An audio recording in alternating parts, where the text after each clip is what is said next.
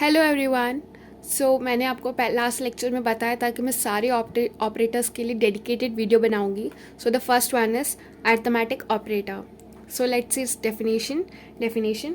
Arithmetic operators are symbols used in programming language to perform mathematical calculation on numerical values. These operators enable basic arithmetic operations such as addition, subtraction, multiplication, division, and modulus, finding the remainder after division.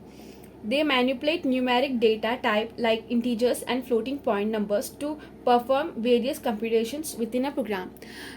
Arithmetic operators का ये use है, हम जो basic calculation जो पहले से करते आए जैसे कि प्लस माइनस डिवाइड और मॉड्यूलस, ये सब करने के लिए हम अर्थमेटिक ऑपरेटर यूज़ करते हैं.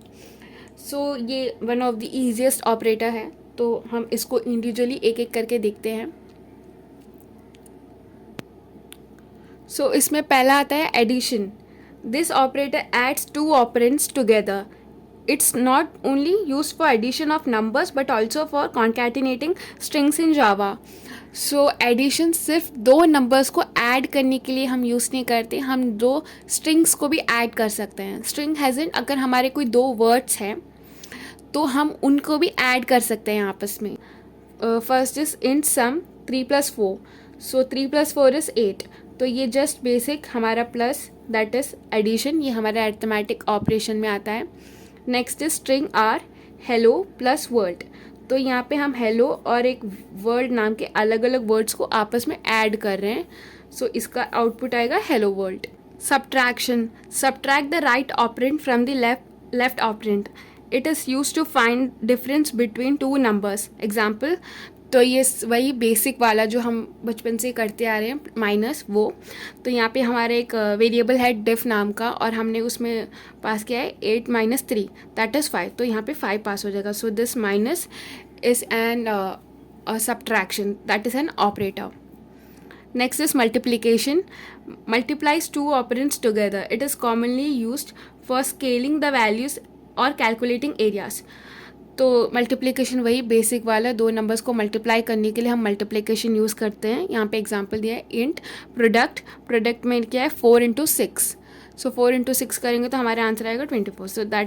That multiplication is an arithmetic operator. Division. Divides the left operand by the right operand. If both operands are integer, the result will be an integer rounded down. If you need a floating point result, one of the both operands should be floating point numbers. Division में condition है, अगर आप integers को integer के साथ divide करोगे तो value भी इंटीजर में ही आएगा. दैट इज़ वो पॉजिटिव या नेगेटिव में आएगा, उसमें डेसिमल पॉइंट नहीं आएगा. बट अगर आप चाहते हैं कि आप जब डिवाइड करो और आपको अपने डेसिमल पॉइंट वाला नंबर भी चाहिए, तो आपको उसके लिए फ्लोट यूज़ करना पड़ता है. यहाँ पे एक एग्जाम्पल देखते हैं.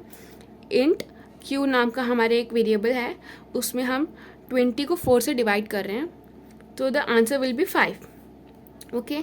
अभी दूसरा हमारा एग्जांपल है डबल Q2, एंड इसमें हम लोग 20.0 को 4 से डिवाइड कर रहे हैं, तो आंसर आएगा 5.0. अगर आपको पॉइंट वाले वैल्यूज़ चाहिए, लाइक अगर डेसिमल पॉइंट तक का नंबर चाहिए, तो आप डबल या फ्लोट यूज़ कर सकते हैं. एंड अगर आपको डेसिमल पॉइंट वाले नंबर नहीं चाहिए, तो आप इंटीजर्स को ही यूज़ कर सकते हैं. The last operator is modulus. Remainder is returned by the division of left operand by the right operand.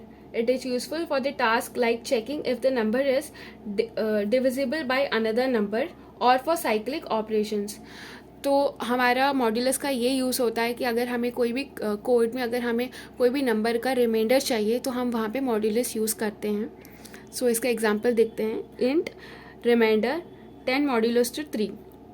तो यहाँ पे 10 और 3 का रिमाइंडर निकालेंगे हम.